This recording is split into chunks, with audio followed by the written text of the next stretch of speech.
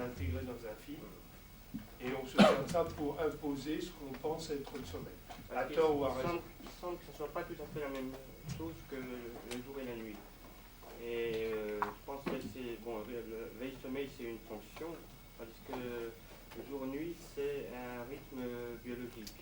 Oui, c'est sûr que tu as des différences de sécrétion hormonale entre le jour et la nuit qui sont absolument fondamentales, mais en général, d'après ce que j'ai pu voir, mais ça demandera à être vérifié, il me semble qu'effectivement, tu as certaines sécrétions hormonales, notamment la STH, que tu vas retrouver perturbée que si tu imposes le filtre sommeil.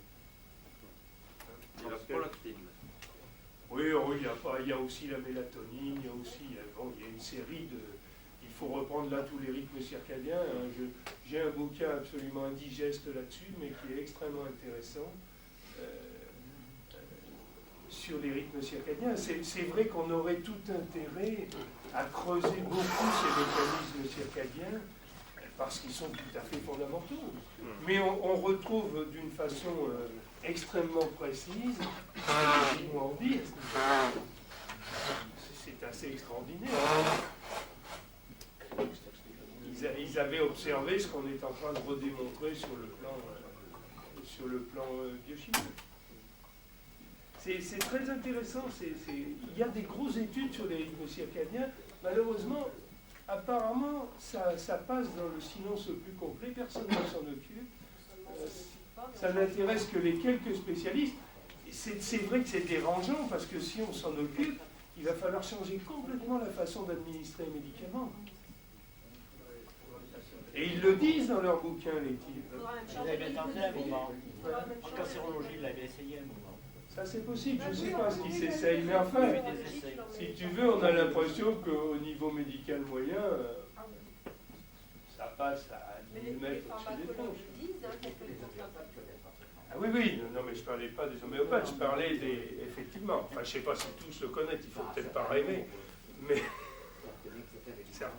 Absolument. D'ailleurs, c'est très facile à l'oreille, hein. Vous testez votre remède à l'écart avec et sans le filtre sommeil, et vous allez voir qu'il y a des remèdes qu'il faut absolument donner le matin, et des remèdes qu'il faut absolument donner le soir. Vous avez des différences de pulsations à l'écart qui font facilement 10, 15, 20 pulsations entre le jour et la nuit pour certains remèdes. On a toujours dit que l'icopodium, il fallait le prendre le matin. Je ne peux pas te dire. Alors moi j'ai un gros avantage, j'y connais strictement rien. Bon, alors je me contente de tester. Là je suis sûr que je n'induis pas. C'est une traduction orale, c'est vrai. Mais je vous conseille, pour vous qui faites de l'homéopathie, vérifiez pour savoir, avec ou sans le filtre sommeil, pour savoir s'il faut donner les remèdes le matin ou le soir. Vous aurez des surprises. Hein. Et peut-être que la tradition orale se trouvera quelquefois battue en brèche. Mais c'est à vérifier. Et j'ai toujours vu marcher très bien à l'oreille ce type de test. Je ne sais pas ce que vous faites vous, mais... Je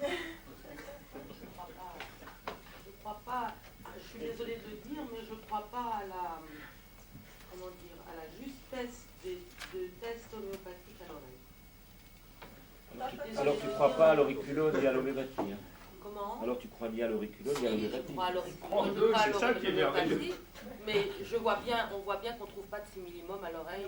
Attends, on cherche pas bien. Non, on cherche pas bien. On cherche pas Ne bien. me faites pas dire ce que je n'ai Donc pas je dit. dis qu'il y a un doute sur le... Non, mais à partir du moment où un remède marche à l'écart, on peut penser qu'il aura un effet. Que ça ne soit pas le minimum, c'est un autre problème. Hein.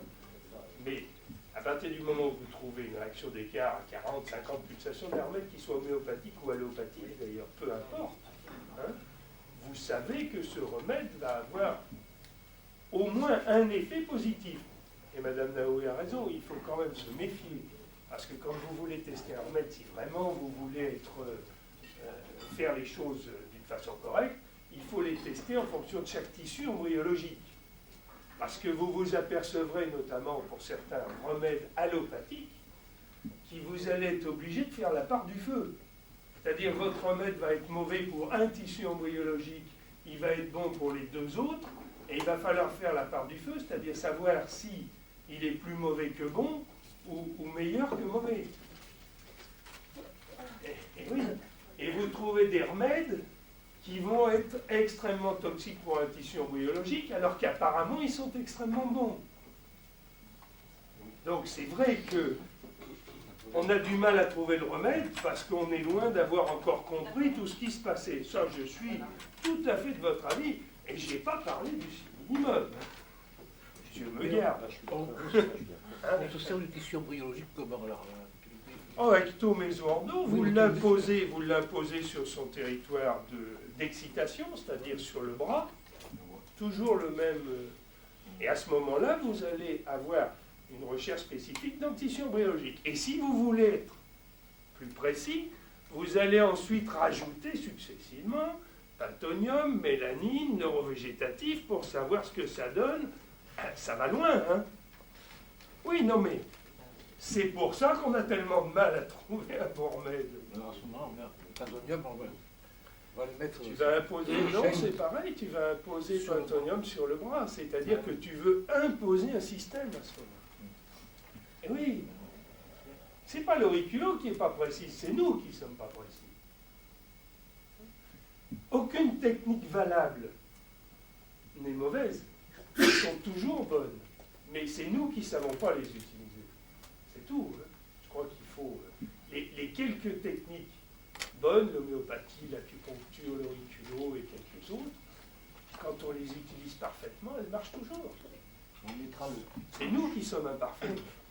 Et on mettra le filtre de chêne, par exemple, au-dessus du tissu embryologique. Oui, tu les poses côte à côte. Bon, oui, absolument. Là, c'est juste une... Oui, je t'en prie. Comment peut-on expliquer qu'un même remède à l'oreille, le même remède peut être à la fois toxique et pas toxique selon la dose qu'on approche. C'est-à-dire si on prend, j'avais essayé chez un patient qui prenait du Zyloric. Je sais, je n'explique pas. Il y a un remède comme ça que j'ai vu 100 fois me donner ce problème, c'est le Modopar. Le Modopar 125, en général, chez un parkinsonien, est indiqué à l'écart. Et le Modopar 250, en général, est toxique. Or, c'est exactement la même molécule, il n'y a que la concentration qui change. Mais je n'explique rien, moi.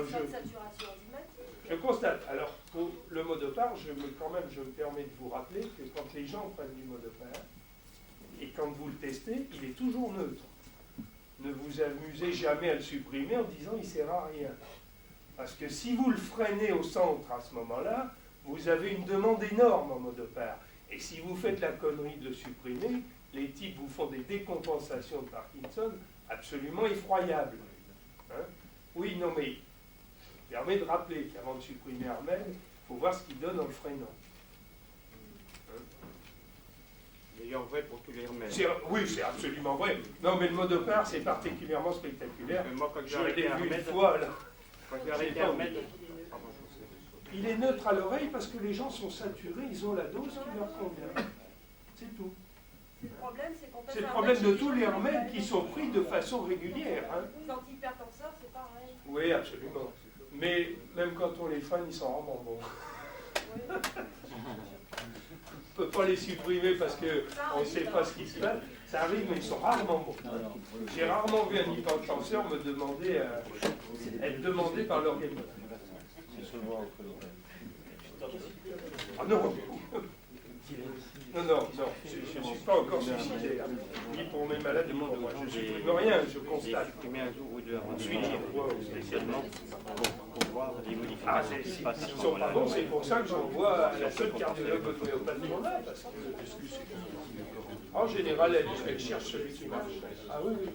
Ah oui, pour ça, elle a ses défauts, mais c'est... Bon, on continue, jeunes gens. Donc vous avez compris pour le système des fonctions. Je ne dis pas comment tu le traites.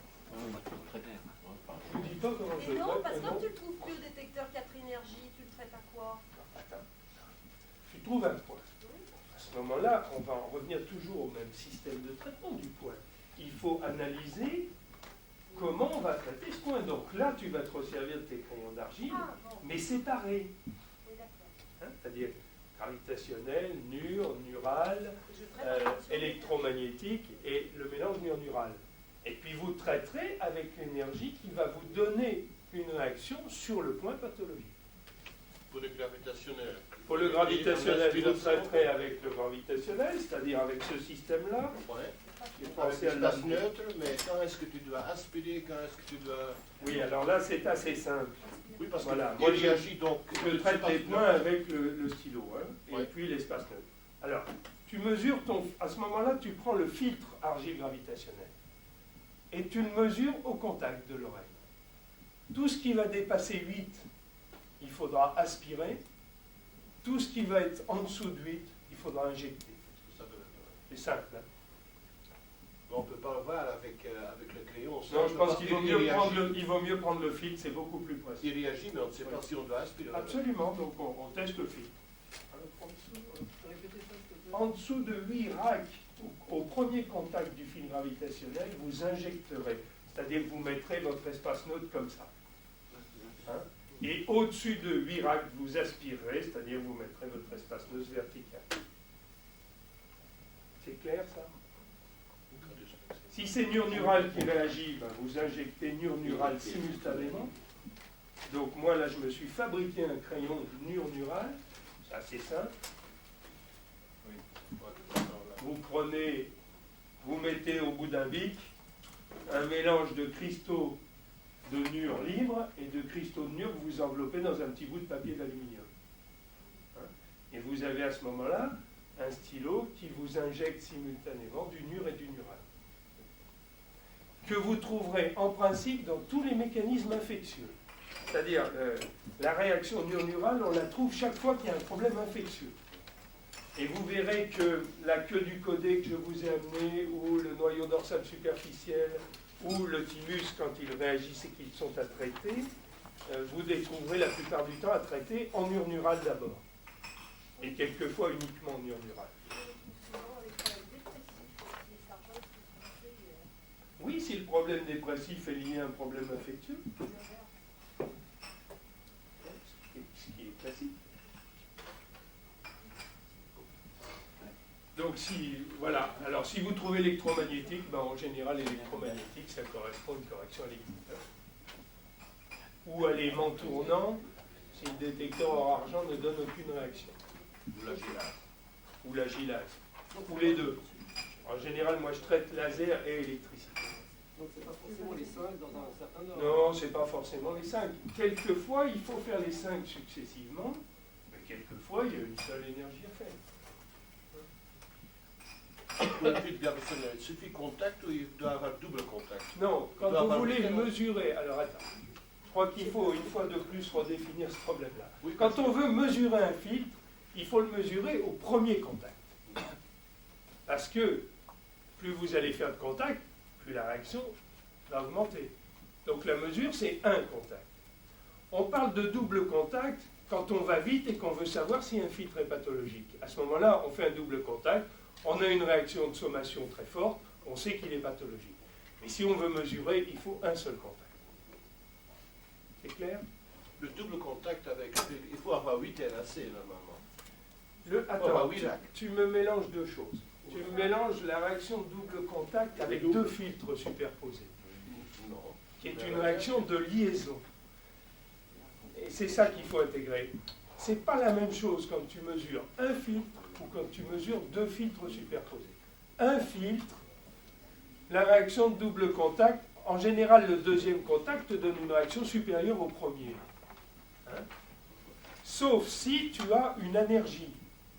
Donc si tu as une énergie, le deuxième contact d'un filtre sera inférieur à la réaction du premier contact. Et ça, c'est la définition de l'allergie. Dans l'allergie, ton deuxième contact va être augmenté d'une façon très importante par rapport au premier. Si tu as eu 3 pulsations au premier, tu vas avoir 12 ou 15 au deuxième contact. Et là, c'est l'allergie. Hein? Et puis, une réaction simplement pathologique banale, tu vas avoir 3 pulsations au premier contact, tu auras 6 au deuxième.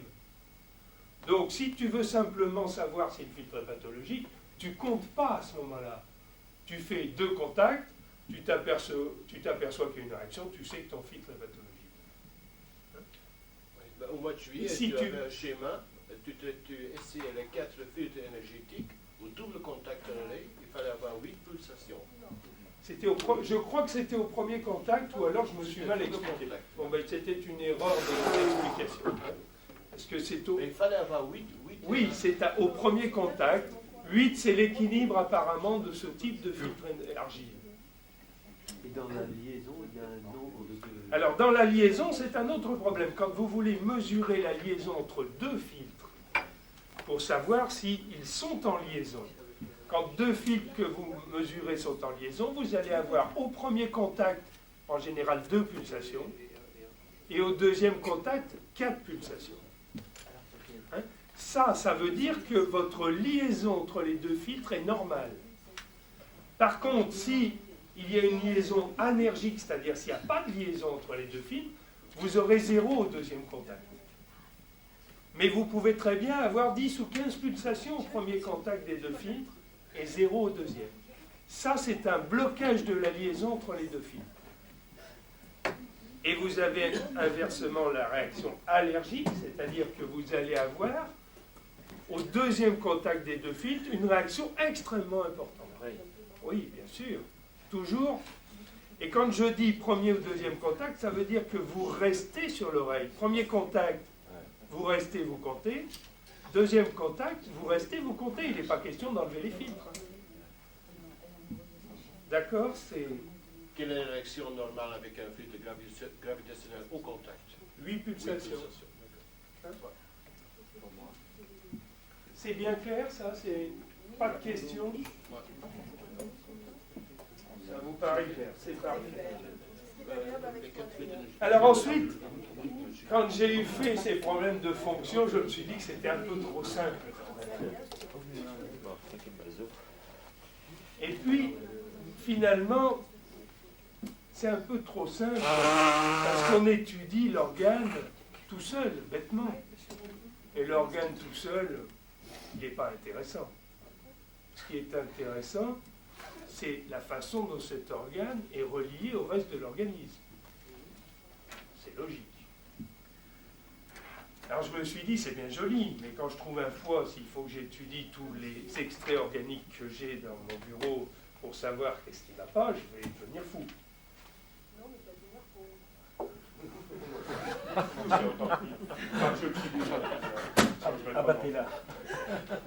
Donc j'ai essayé de trouver la solution. La solution, il me semble, mais ça vous vérifierez, vous me direz, c'est que quand vous trouvez, prenons l'exemple du foie, vous trouvez un foie pathologique et vous voulez savoir ce qui se passe avec ce foie.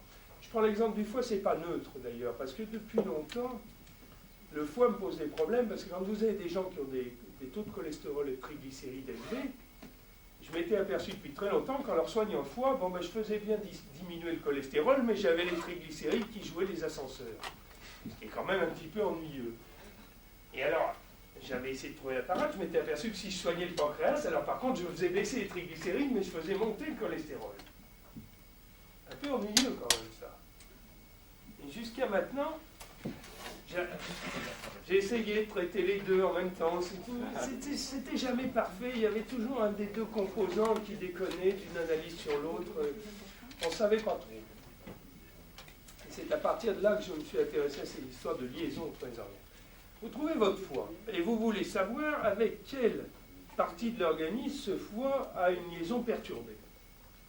Vous allez prendre les 3 extraits de tissus embryologiques, c'est-à-dire ecto, méso, endo.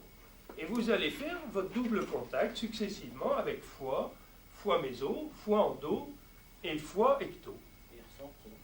Et vous en avez un des 3, vous n'aurez pas de réponse au deuxième contact. Ça va déjà limiter le problème. Vous me direz qu'il reste assez vaste, surtout pour l'ecto. Mais bon, vous avez un foie, vous trouvez une liaison bloquée avec l'endo. Donc vous savez que c'est un autre tissu de l'endoderme qui va être pathologique. Voilà, vous n'allez pas vous compliquer la vie. Vous allez directement prendre votre pancréas ou votre vésicule, et puis vous allez faire votre double contact. Et vous verrez que dans les histoires hépatiques, vous trouvez très souvent un blocage de la liaison foie-pancréas, alors que spontanément, le pancréas n'est pas pathologique. Et si vous faites votre correction à ce moment-là, en imposant sur la fourchette sternale le couplet pancréas-foie, vous allez avoir des corrections qui seront infiniment meilleures que ce qu'on peut obtenir en traitant avec juste le foie. Et ça, c'est valable pour toutes les liaisons que vous pouvez trouver. Dans l'ordre où tu l'avais à l'oreille, parce que ça peut ne pas transférer dans Il semble qu'il n'y ait pas un ordre, mais je pose d'abord celui qui est pathologique spontanément. Parce qu'il y a des gens, des fois, on trouve une espèce d'alternance. Un coup, on leur trouve le foie, le coup d'après, on leur trouve le pancréas. Eh bien, on dit, j'y comprends plus eh bien, rien. Denis, tu vas voir que dans ces cas-là, c'est la liaison qui est faussée, et que quand tu auras fait sauter la liaison, tu ne trouveras Non, plus mais cette alternance. moi, ça m'étonnait parce que des fois, avec des autres. Bien sûr, tu avais triglycérides qui montaient, le cholestérol qui baissait. C'est le vrai bordel là-dedans, alors. C'est le foie pancréas. Bah, c'est bien, on les garde toute leur vie, ces gens-là, mais enfin, c'est un peu énervant. Une fois, c'est les triglycérides qui montent, une fois, c'est le cholestérol, ça finit par être irritant. Hein? À ce moment-là, votre point de correction, c'est là où c'est plus emmerdant. Il ne semble pas qu'il y ait une règle bien fixe. Vous allez pouvoir trouver le point de fonction de l'organe, vous allez pouvoir trouver un point dans une zone où les zones de Phi1, Phi2, Phi3 auront tendance à se recouvrer. Là, il faut bien connaître ces localisations et puis chercher à la lampe blanche. Tu l'as imposé sur la fourchette. Oui, j'impose sur la fourchette cérébrale. Alors, dans le cas du foie et des allergies alimentaires, puisqu'on était branché sur le problème, je vous avais dit que le point de commande des allergies alimentaires, ça semblait être le point d'hypothalamus en Phi1, du côté opposé à la latéralité. Eh bien, si. Si, et je crois que j'ai compris pourquoi. C'est que très souvent, quand c'est pas un pancréas, très souvent on trouve un foie en liaison avec l'hypothalamus, bloqué. Il n'y a pas de liaison foie-hypothalamus, et à ce moment-là, le point de correction est toujours ce point de correction de l'hypothalamus en Phi1, qui est en même temps le point de fonction du foie. Mais ça, c'est quand on n'a pas de liaison entre le foie et l'hypothalamus. l'ectoderme, par exemple. Oui, dans le cas précis, oui. Dans le cas précis. Oui, oui. Mais dans Mais ce qui ne veut pas dire d'ailleurs que si j'ai une liaison foie-pancréas qui est faussée, je ne trouverai pas quand même ce foie. Oui, dans ces liaisons, on trouve des points un peu partout. Il n'y a pas de règle bien fixe, il me semble. Alors voilà où j'en suis. Ça fait déjà 2-3 mois que je suis là-dessus. Apparemment, ça semble donner des résultats extrêmement intéressants. Qu'est-ce que vous faites quand vous trouvez justement l'ectoderme bloqué avec une liaison foie-ectoderme? Je cherche l'extrait. Oui, mais Bah, je commence par l'hypothalamus. Ah, oui, c'est vaste. Oui, c'est l'emmerdant de cette technique, c'est que c'est un peu long. Mais ceci dit, c'est un peu toujours les mêmes choses. Alors, on va prendre l'exemple d'un mécanisme infectieux.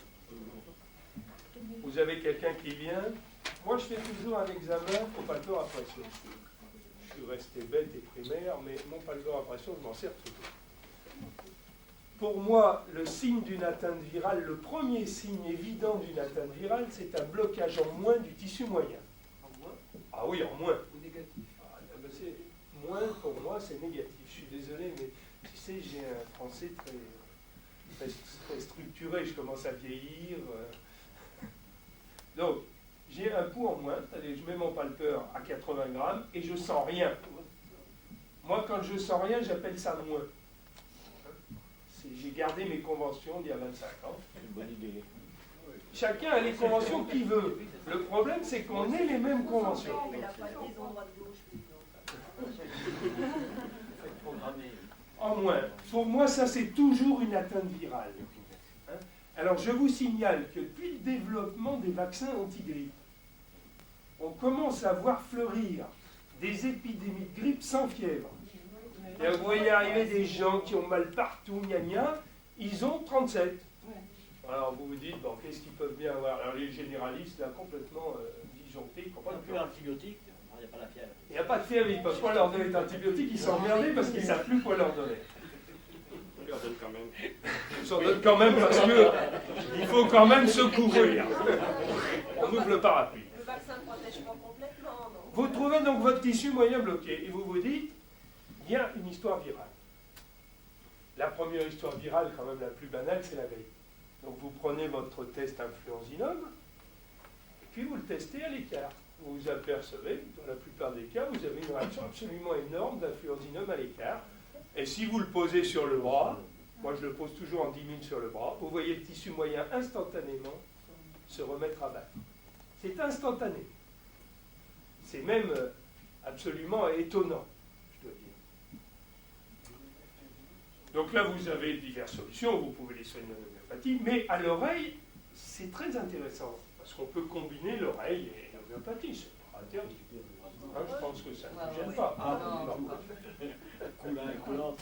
Ça y est, 2 fois.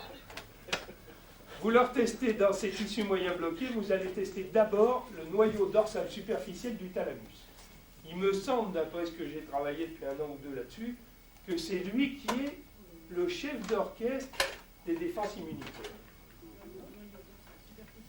Noyau dorsal superficiel du thalamus. Je l'ai amené pour ceux qui ne l'ont pas. C'est pour ça que je vous explique comment il marche.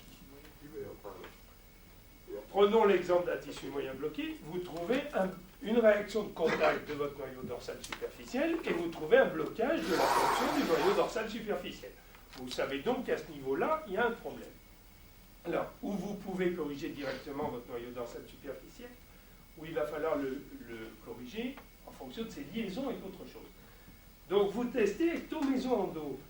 Si vous n'avez aucun blocage ecto-méso-endo avec le noyau dorsal superficiel, vous allez savoir que là, il n'est pas question de corriger une liaison, mais de corriger l'organe lui-même.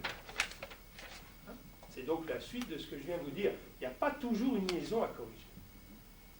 Si aucun des 3 tissus embryologiques n'est bloqué par rapport à votre organe pathologique, c'est qu'il faut corriger l'organe pathologique tout seul. Ça vous va? Oui. Donc il n'y a pas de point de fonction. Donc. Si, il y a le point de fonction du noyau dorsal superficiel.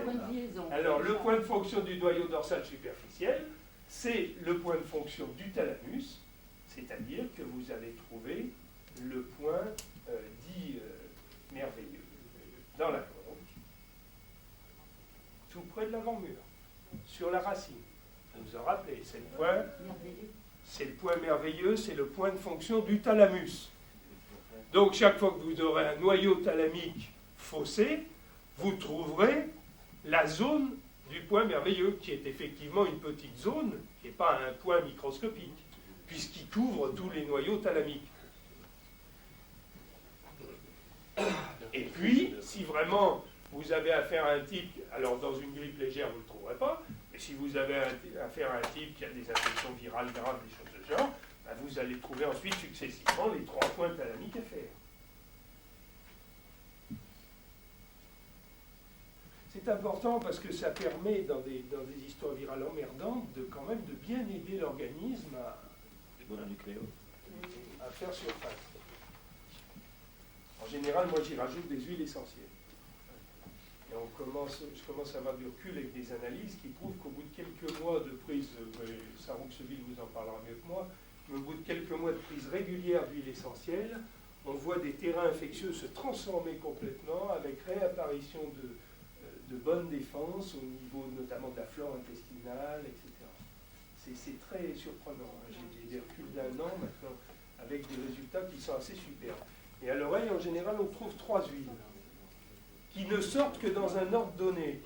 C'est-à-dire, il faut, pour trouver la 2e huile, il faut poser la première sur le bras. Et pour trouver la 3e, il faut poser la 2e à côté de la première. Ah bon, alors là, il y en a 150, tu les testes. Hein. Elles changent avec chaque individu. Et en général, quand vous les avez trouvées et bien trouvées, elles ne changent plus.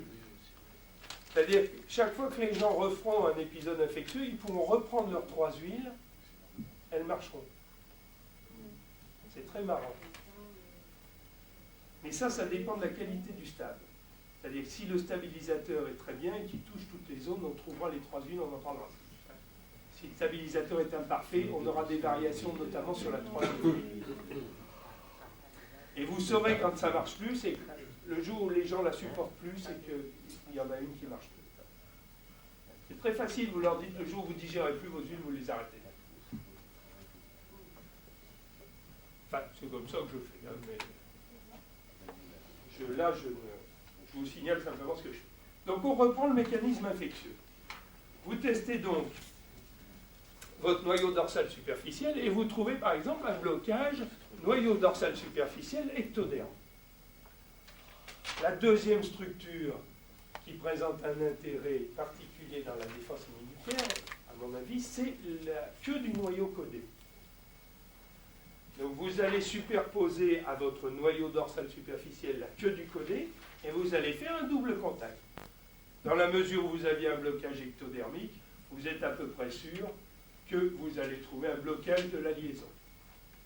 Donc vous poserez ces deux fils sur la fourchette sternale. Alors vous allez vous trouver à ce moment-là confronté à ça, c'est-à-dire que le point merveilleux, c'est le noyau dorsal superficiel, et le point de fonction de la queue du codé, il est au flanc de D3 en gros. Donc vous allez pouvoir trouver ou le point merveilleux, ou le point du codé, ou un point souvent qui est entre les deux. Et si c'est des flots là? J'arrive. On est toujours dans cette zone. En général, c'est toujours dans cette zone. Souvent plus près du point merveilleux que du point de codé. Mais bon. Bon, et puis si toujours avec votre noyau dorsal superficiel, vous trouvez une liaison normale avec l'ectoderme, mais que vous trouviez une liaison anormale avec l'endoderme, eh bien à ce moment-là, vous allez chercher la liaison avec le thymus.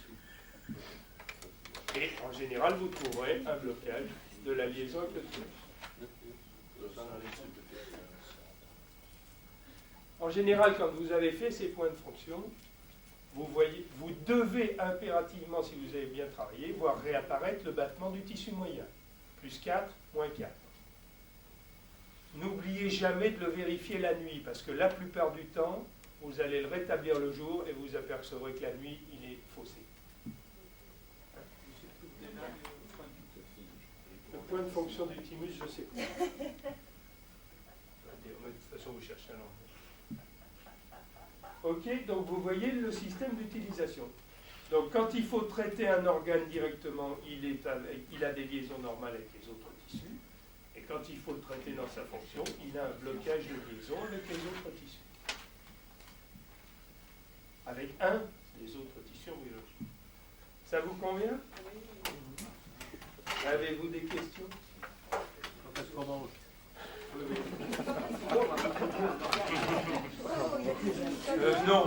Non, un seul. Un seul, je pense que tout est possible à la limite, mais ça va devenir... mais je crois qu'il faut aller faire les choses par an. Oui. Puis les corrections, c'est donc toujours en imposant les filtres sur la fourchette sternale. Je pose toujours mes filtres sur la fourchette sternale à l'endroit où ils donnent une réaction maximum. Parce que, pour la fonction, parce que c'est une zone ambivalente sur le plan neurovégétatif. Ensuite, quand je corrige l'organe, je vais poser mon filtre sur la zone où il donne une réaction de pause. Ça n'a pas changé.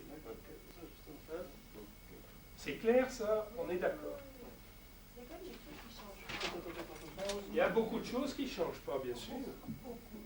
Non, il y a beaucoup de choses qui ne changent pas, contrairement à ce que vous disiez. On prend toujours le pouls. Voilà. Alors, au niveau du pouls, pour vous rappeler comment on règle le pouls avec les polaroïdes.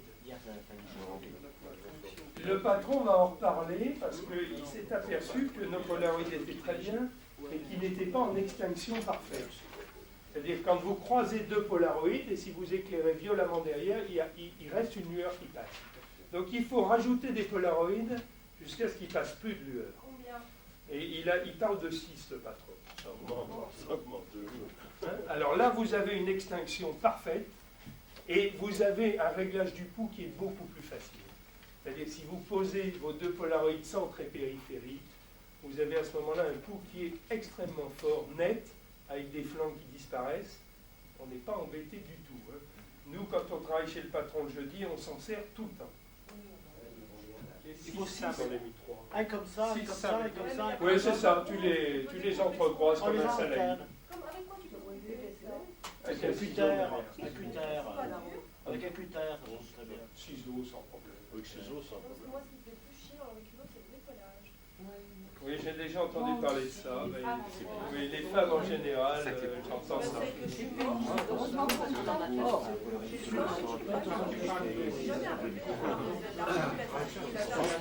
Tu les alternes hein, comme les tranches à jambon, c'est-à-dire que tu tournes à chaque fois la carte. Tu les mets en alternative, c'est-à-dire comme ça, et puis après comme ça, et puis après comme ça. Bon, le patron vous en parlera tout à l'heure. Il faut absolument vérifier votre pouls très régulièrement. Moi, je m'y astreins. Je pense qu'il faut que vous vous y astreigniez aussi. On a trop tendance à prendre ses désirs pour des réalités. C'est humain. Oui, on a tendance à bouger, etc. Donc il faut absolument vérifier le pouls. C'est très facile, ça marche très bien ce test. Il faut pas s'en priver. Un sur l'acétylécholine, un sur la noradrénaline. Ne les mettez pas sur la ligne médiane. Mais pour chaque, il faut 6 en superposition. Oui, alors moi j'en ai mis 3, ça marche déjà pas mal. Hein? Bon, avec 3, on a déjà une bonne extinction. Le patron, j'ai vu qu'il utilisait 6, mais à 3, on a déjà un bon résultat. Un dans un sens, un dans l'autre, un dans un sens. Voilà, tu les mets à 90. Sort à la pause du deuxième. Voilà, c'est ça. Alors ça donne des trucs qui sont quand même extrêmement opaques. Hein. Il n'y a vraiment plus que les infrarouges qui passent. Oh, je les colle avec une cyanolite quelconque. Hein. Tu sais, les colles instantanées, là.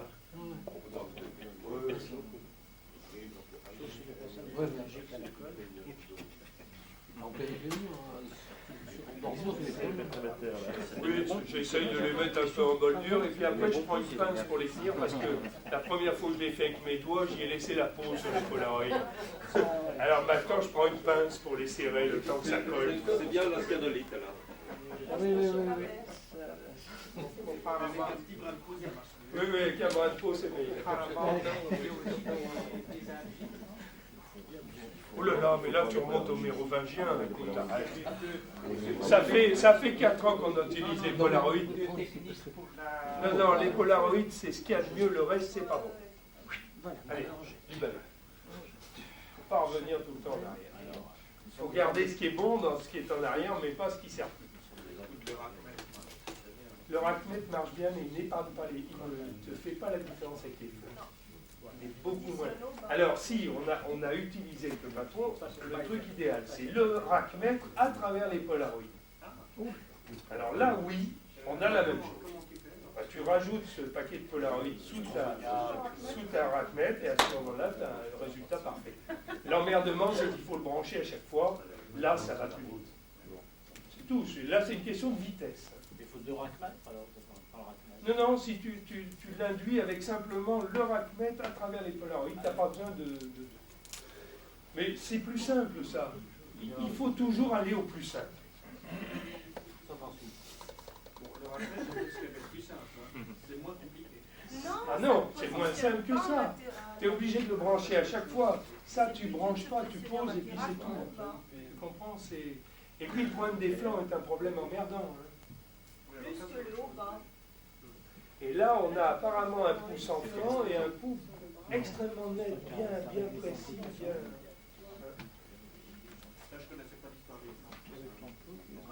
Ben si, c'est pour ça que le patron, parce que moi, je l'ai tanné, j'ai tanné le patron pour qu'il nous trouve un truc qui enlève les flancs.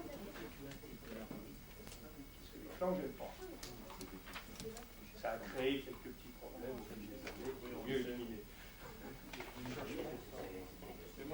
Attends, ne me mélange pas deux choses. Hein. Ne me mélange pas l'auriculo et l'acupuncture. Les flancs, c'est très intéressant en acupuncture chinoise. Et encore si on sait les interpréter. Il n'y a pas beaucoup de gens qui savent les interpréter. Hein. Mais c'est sûr qu'en acu, moi le patron m'a appris à prendre des flancs il y a 25 ans. Hein. Ça c'est sûr. Mais pas en auriculo. On essaye de faire une petite synthèse d'examen du malade avant que le patron arrive. On la pose après, tant pis pour vous. Alors, examen du malade, premier temps. Donc la pose du stabilisateur. Alors, étant entendu que vous avez nettoyé votre stabilisateur avec votre boulot de PQ, en le mettant... Alors, votre nettoyeur, il est comme ça tout le temps. le déconner, regarde. Il est tout le temps comme ça, et quand vous voulez nettoyer un filtre, vous soulevez, vous le mettez entre les deux, vous le reposez 10 secondes, vous enlevez le filtre et vous remettez en contact les deux extrémités. Toujours, sinon ça ne marche pas. Sinon, c'est ça. Sinon ça oscille. J'ai l'impression que pas plus de spire verticale qu'horizontale. Oui, j'ai 6-12, je les ai comptés, mais il marche celui-là. 6-12, ça a l'air de suffire. Mais ne descendez pas en dessous de la moitié, sinon ça marche pas. L'idéal, c'est d'avoir autant de spires dans les deux sens. C'est clair? Avec un certain nombre, quand même. Avec un certain nombre. Ah oui, il en faut une dizaine quand même. Mais j'y suis pas, il est juste... Alors, je me suis fait chier, j'ai mis 2 heures. C'est quand même pas très compliqué. C'est pas très compliqué. Non. Mais moi, je suis pas... L'idéal, c'est une dizaine de chaque. 10 dans un sens, 10 dans l'autre. Vous le regarderez après. Si, on peut les superposer. Oui, vous pouvez les superposer dans le sens longitudinal. Oh bah alors, fallait le dire. C'est Hein, pas gênant. parce que sinon, c'est dire. Ah non, elle essaie d'en mettre 10 donc. 1, 2, 3, 4, 5, 6. Il y a 12, 6 et 12. Eh ben tu dis, on n'a pas le même nombre. Et oui, je t'ai dit que ça marchait encore, mais que l'idéal, c'était d'avoir le même nombre. Et je peux superposer là. Il y a aucune importance. Je te rappelle que ces filins ont une particularité que le patron nous a déjà expliqué 100 fois, c'est qu'ils étaient isolés dans leur... T'es sûr? Non, mais toi, t'as Alain dans ton... Ceci dit, rappelez-vous que si vous avez une trop grande différence de spire, ça ne marche plus. Hein, Aubert en sait quelque chose, le sien, il nettoyait que dalle. Et alors à chaque fois, il revenait en me disant, écoute, c'est marrant, avec le 15, je trouve des trucs bizarres. Alors du coup, il m'a amené son 15 et j'ai compris pourquoi il trouvait des trucs bizarres.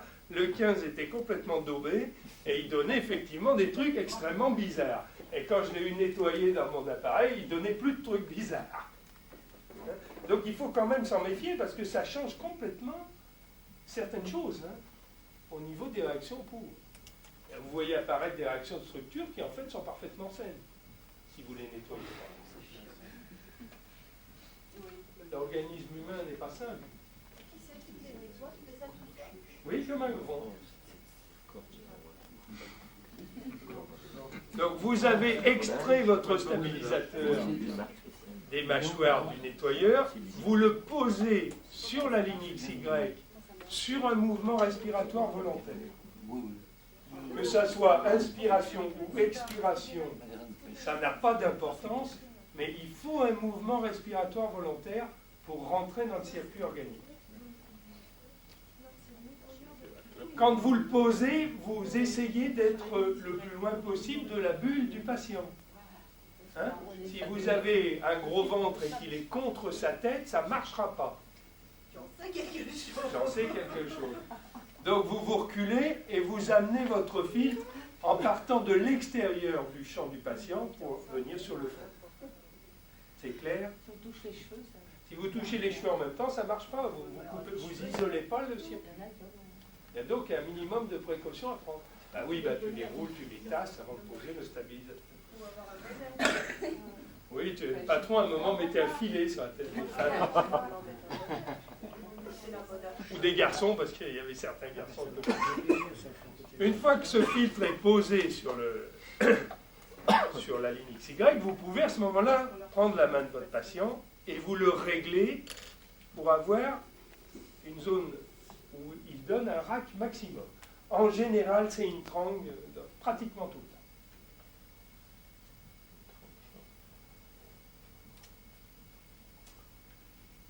Une fois que vous avez trouvé ce point, vous prenez votre deuxième stabilisateur et vous faites des essais de transfert entre le praticien et vous pour savoir si tout va bien.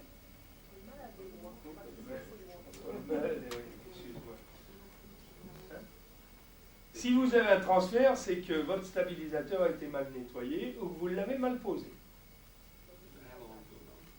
C'est clair? Et le deuxième, il faut le nettoyer aussi. Oui. Il faudrait un femme de ménage.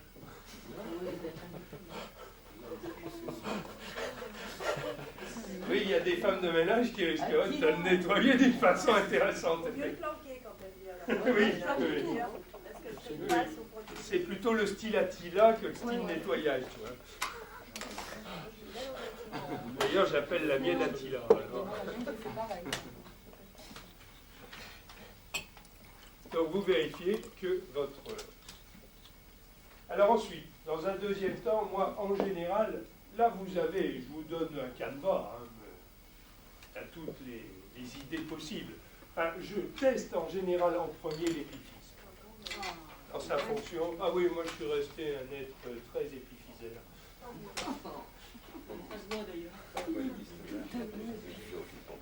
Je sais pas, je peux pas le dire. Donc je teste l'épiphyse d'abord.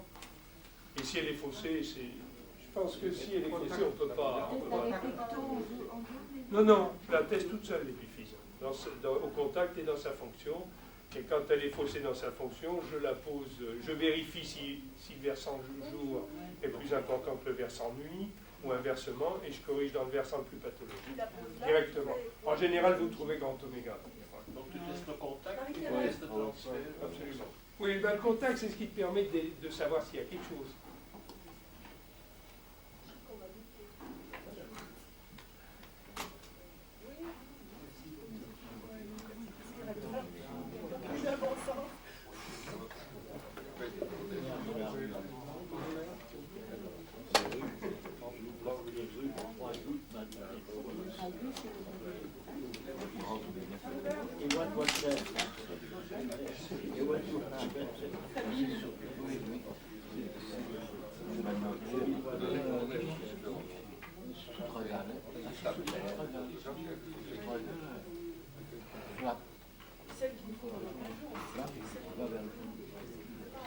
Sur la plante, avant de la plante.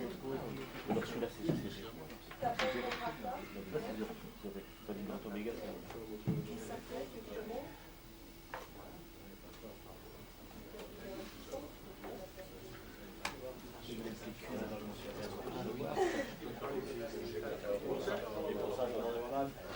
Oui.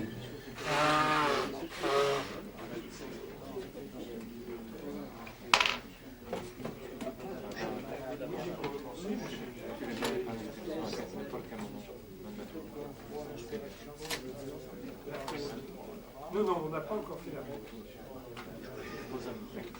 Oui, j'en ai plutôt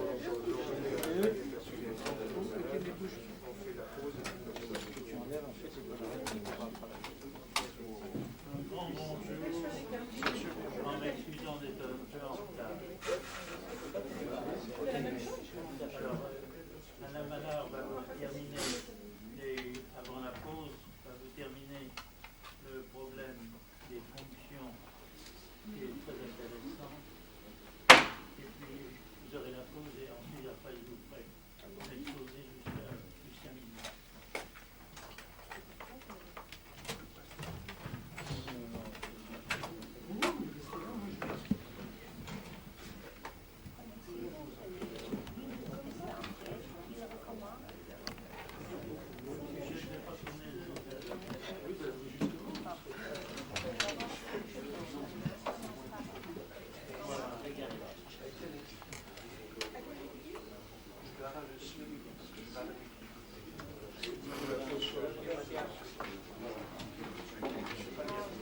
Bon, allez, on finit. Donc, vous réglez votre problème épiphysaire, jour et nuit, toujours la même chose, sans problème. Vous choisissez, vous trouvez le poids qui réagit. Même système de correction. Alors ensuite, bon, je vous ai dit que j'utilisais toujours le palpeur à pression. Ça reste valable. Vous faites un petit examen au palpeur à pression de votre tissu moyen. C'est toujours très enseignant, ça va vite et ça permet de décanter beaucoup de choses. Palpeur à 4 grammes, c'est du noir ou d'orange? Alors, il n'y en a aucun à 80 grammes qui a une couleur particulière. Le palpeur noir est un palpeur à 150 grammes. De toute Voilà. façon, ici, vous pouvez utiliser un palpeur à 150 grammes. Hein. Sauf si vous voulez faire des détections de zones insensibles dans les cancers, auquel cas vous utilisez le palpeur orange ou le palpeur blanc à 600 grammes. Mais ça fait des trous, ça. Hein. Le vieux palpeur d'avant était à 150 grammes. Alors moi, j'utilise toujours des vieux palpeurs. Je suis un conservateur. Et en plus, j'ai poussé le vis jusqu'à en avoir un où j'ai coupé une partie des spires pour ne plus avoir que 80 grammes. Alors, quand vous avez un palpeur de 150 grammes, vous appuyez à moitié course et vous avez 80 grammes. Nous avons débuté avec des palpeurs qui n'avaient pas de couleur. Oui, c'est cela. Et qui n'avaient pas d'étrier au bout. Il était très joli d'ailleurs. Moi, j'en ai encore une douzaine à la maison, je les garde précieusement. Au marché noir, ça vaut cher. Hein. En fait, pour les oranges, c'est donc 400 grammes. Hein, c'est les palpeurs, c'est les points sensibles à la pression. Il est bleu, 400 non, il est grammes. 400 grammes. Le bleu, c'est 250 grammes. Oui. C'est les points douloureux. Et le noir, c'est 150. Élémentaire. Et le noir, c'est 150, 160. Donc, on prend à mi-distance. Et vous vérifiez sur un pèse-lettre régulièrement. Le ressort soit pas. Parce que des fois, le ressort peut être détendu ou le mandrin un peu tordu. Et l'orange, c'est combien? L'orange, c'est 400 et le blanc-gris, c'est 600. Et je ne sais pas à quoi il sert celui-là. Au point anticancéreux. Hein, le patron avait dit qu'avec celui-là, quand on trouvait une zone insensible à ça, c'était des zones qu'il fallait cribler à l'aiguille semi-permanente dans les douleurs incoercibles. Pour l'orange. Non, le gris blanc. Et le bleu, c'est combien? Le bleu, c'est 250. Les points douloureux en auriculothérapie. Enfin, à votre stade, c'est le noir. Donc, palpeur à pression noire, à mi-course, vous avez une étude du tissu moyen. Il doit toujours donner plus 4, moins 4, sauf sur les frontières externes, où il donne normalement moins 4, plus 4. J'espère que vous vous en rappelez. Pour rajouter le micro-pierre avec le palpeur, faut déjà être agile, non? Faut être responsable maintenant. Marie. C'est extrêmement facile. Tu rajoutes un truc. La frontière externe. Bah là, d'accord, mais Mais là... je t'ai parlé de la frontière externe. Moins 4, plus 4. Donc, si vous avez un blocage, et notamment en moins du tissu moyen, vous savez qu'il y a un problème viral. Alors à vous, après, de vous débrouiller. Mais à la sortie, les anomalies partielles ou totales des tissus moyens, profonds et superficiels doivent être corrigées. Hein? Alors le tissu profond, je vous rappelle que la norme, c'est plus 6, moins 18. Au tissu profond, donc à 150 grammes. Plus 6, moins 18. Palpeur noir, 150 grammes. Si c'est moins. Si c'est moins, c'est qu'il y a une pathologie ou de la zone, ou du point, ou de tout le tissu profond. Tout ça, c'est des choses qui doivent à la sortie être corrigées. Et si c'est une réaction longue, c'est plus 18 et moins 6. C'est aussi pathologique. Tout ce qui sort du chiffre normal est pathologique.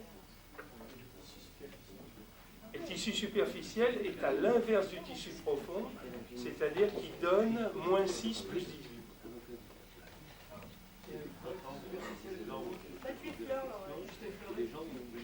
Tu prends le palpeur à aiguille pour tester le tissu superficiel.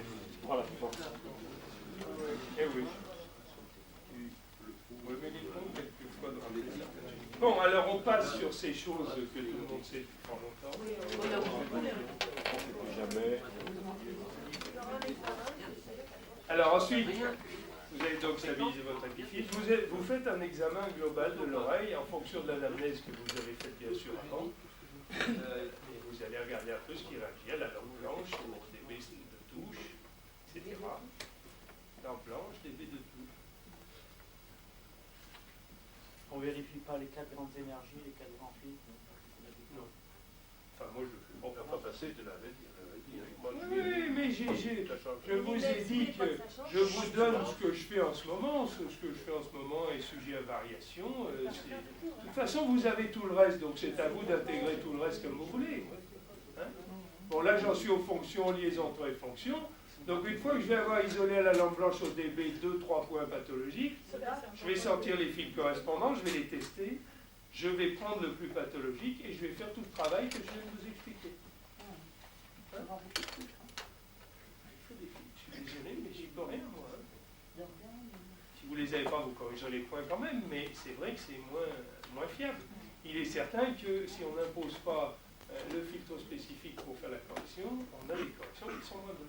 Entre la lampe blanche et le bâton noir, il y a une grande différence. Je ne me sers pas du bâton noir, je ne peux pas te dire. Non. Tu me diras. Voilà en gros. Hein? Mais après le DB 165, qu'est-ce que tu fais?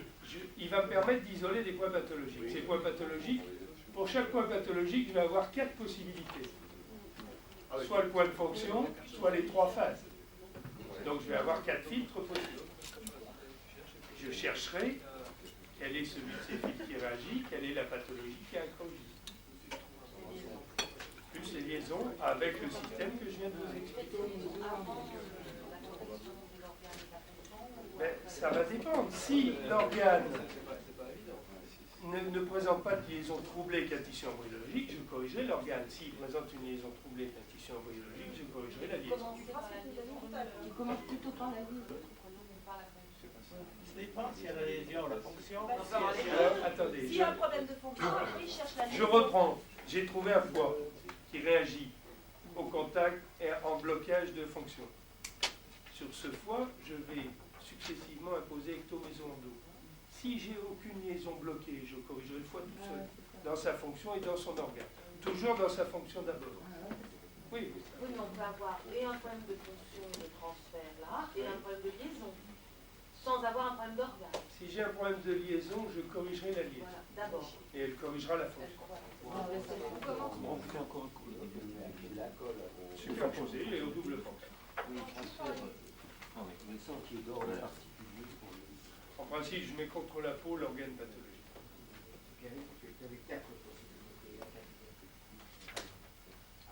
Pour un point qui réagit à la lampe blanche, il y a un point de fonction possible et un point de chacune des 3 phases. Donc ça fait 4 possibilités. C'est clair? À la sortie, vous ne devez plus avoir de réaction. Au niveau du pavillon, vous devez avoir des tissus profonds et moyens normaux. Vous devez avoir une réaction sans stabilisateur de la bulle à entre 1 cm et le contact du corps, sauf au niveau des oreilles, des yeux et de l'ombilic. Et vous ne devez avoir aucun transfert entre le patient et vous sans stabilisateur. Ça dure. Ça dure. À vérifier tout ça. Hypothèse de travail à vérifier. Voilà, jeunes gens, à moins que vous ayez des questions, moi j'ai fini. Il n'y a pas de questions. C'est clair, c'est bien, c'est bon. On fait une petite pause et le patron prend le relais, mais on fait une pause rapide pour que le patron ait le temps de vous exposer.